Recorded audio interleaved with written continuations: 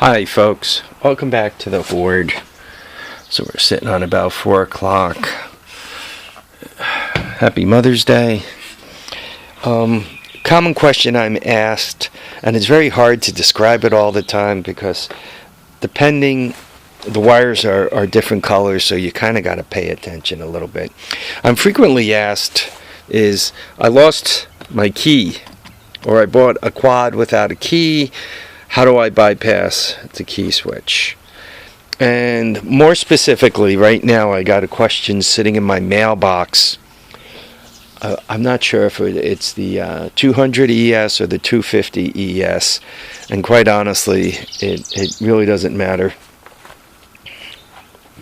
Here's the key switch off the 200ES in the driveway.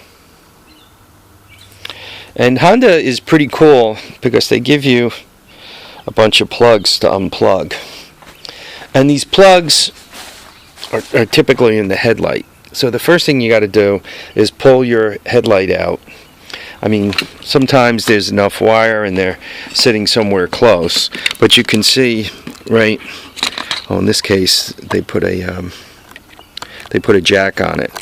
But once again, in the case of the 250, it's right here like this. So if you think the key is going to come back and you don't want to screw things up, and the person on this switch obviously took it apart, right, took the lock assembly right off, right, you can kind of put a screwdriver in there, and obviously if it's locked because it's off, all you do is turn it right, one click, and you turned it on. If you think the key is going to show up again and you don't care about putting power to this switch, right, you're like, I don't care if that switch works. The on and off will still work, but the headlights and all won't work. The other thing you could do, and this is simple as pie, I would just unplug the green wire, right? If you unplug the green wire, you make it such that when this is in the off position, take the cover off. When this is in the off position, if you look at the back of the switch, you see the green, and in this case, they use the solid black. The green and the solid black are shorted together in the off position, right? Then you turn it one click, and you unshort these, and you short the red and the yellow and red together, right? And when you short those two together, the red is power, and the yellow and red brings power to the switch, right? And once you bring power up to this switch, you can engage the starter, turn the headlights on and off, high, low, and all that right here.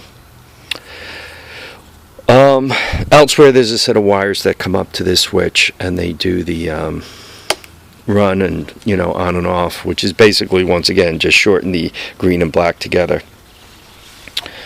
For this thing, this is a 1985 250SX, which is really the same as the 1985 250ES.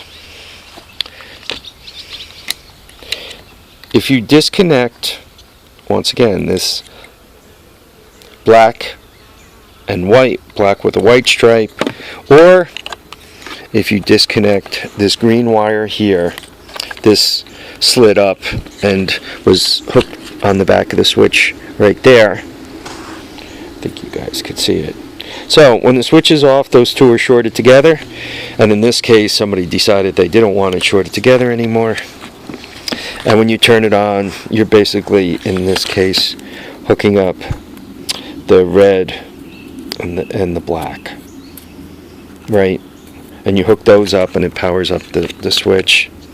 Notice the diameter of the wires, how thin this is and how thin the green is. Sometimes you could just look at wiring and get a little bit of a tell. If you're not positive, you got to be careful. The reason why I'm being a little, and this is for Honda, okay, and you got to be a little careful, because sometimes when you mess with the China stuff, they're good about wire colors, and sometimes they're not. This is what I would call a replacement switch, right? And when it's off, sure enough, they have the black and white and the green are shorted together.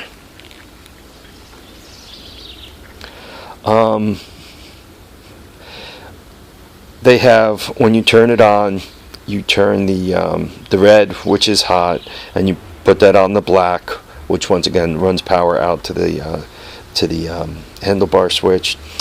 And they also, on this one, they have not only an on, which is one click, but they have a second click, which for some reason they're turning the brown and white and the brown, they're hooking those two together. So they have 3 sets of terminals in here, call it a 3-pole switch.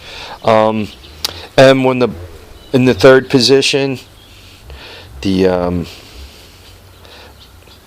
black, white, green combo, they're not hooked together, but the red and black are hooked together, which once again gets power up there. And once again, in the third position, the 2 browns, brown and white, and the solid brown are hooked together. I don't know, maybe in the third position for this particular version of a China switch, the third position is for turning on the remote turn off, something like that. Perhaps some safety position. These China switches work, but I just got to warn you, this, though it's shiny, is not metal. Well, it's a chrome plating on top of plastic. So the body appears to be made of some kind of pot metal, but that hardly matters if the top is plastic. So should you build one of these or use one of these, beware, they're China junk. That's one thing. Hondas are typically set up with a plastic cover, so when you slide the key in, it kind of protects the whole switch. Honda switches are also typically, well, in this case, they're about the same. Some of the Honda switches are thinner. This is pretty thick, as in deep, right? So that makes it a little harder to put in place.